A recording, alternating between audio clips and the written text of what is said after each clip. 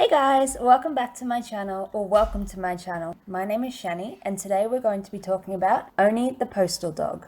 Owney was a terrier mixed stray dog who entered the Albany, New York post office in 1887 with an obsession to keep postal bags safe. Soon after, Owney was adopted as the first unofficial postal mascot and was adopted by a postal clerk. Owney would come into work every day with his new owner, sleeping on the mail bags. When the bags would be moved, so would Owney. He was a faithful guardian of railway mail and the bags they were carried in. Owney would not allow anyone other than mail clerks to touch the bags. Owney would go with his new owner on the mail wagon until one day he decided to follow the postal bags onto trains. This was his new duty, he set himself, and was well suited for it. The Albany train station was a key division point of the New York Central Railway system, one of the two longest railroads in the US at the time. If a bag fell off the train, Owney would jump off the train and guard it until a postal clerk would come to collect. He was considered to be good luck by the postal railway clerks, as the trains he rode would always arrive safely.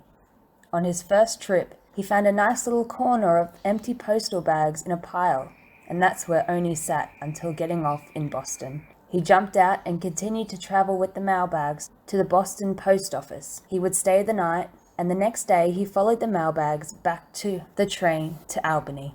After that trip, Owney made this a habit to travel all around with the mailbags, protecting them to his best ability, ensuring they all arrived safely. Soon, Owney's reputation grew around postal employees, and his access to available trains became more common. Owney started to become more adventurous, stopping at Cleveland, Philadelphia, Washington, D.C., Brooklyn, and that was all in the Northeast. He also went south and Midwest and everywhere else. Owney loved the adventure, and he would travel anywhere the trains would take him. By 1889, word was he traveled as far as California. Within a year, Owney traveled across the country. Not too long after newspapers began to write about Owney, his popularity grew. People wanted to leave a mark with Owney, proving he had traveled to their cities by adding customized tags on his collar. Anything from professionally made tags to scraping their name on a key or to add to the collection.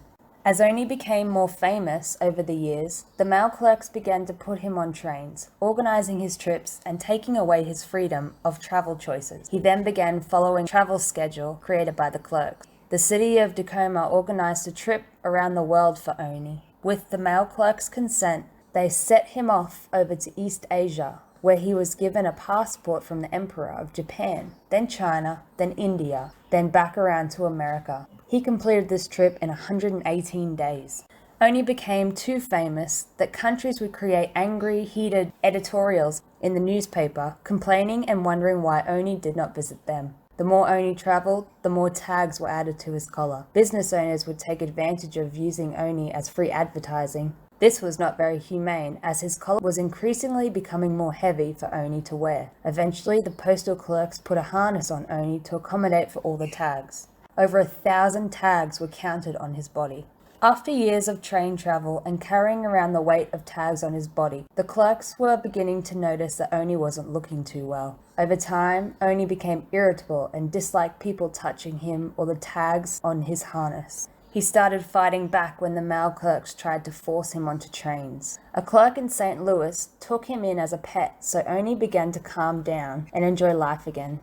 Other mail clerks didn't agree with this decision and wanted Owney to continue traveling on the mail cars and trains. They all agreed that they would send Owney on one last ride to Toledo. Everything was going smoothly. Owney followed the mail bags onto the train and set off. When Owney arrived at the Toledo post office, one of the clerks invited a reporter. When he tried to touch the tags, Owney bit the man very hard on his hand twice. He had had enough of being handled. The reporter yelled out in pain, so the postmaster rushed in to see what was going on, and Owney attacked him as well. So the postmaster called the U.S. Marshal, Shannon, to come immediately.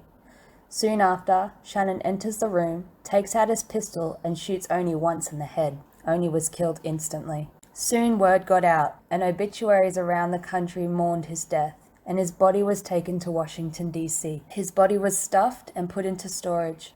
Over the years, his body was forgotten. But on July 27th, 2011, the United States Postal Service issued a forever stamp honoring Owney. And now Owney sits in Smithsonian Postal Museum, proudly wearing his tags for all to see. So what do you guys think of Owney the postal dog? Let me know in the comments below. Make sure to click the thumbs up button and subscribe to see all our upcoming videos. Thanks for watching, guys. Bye!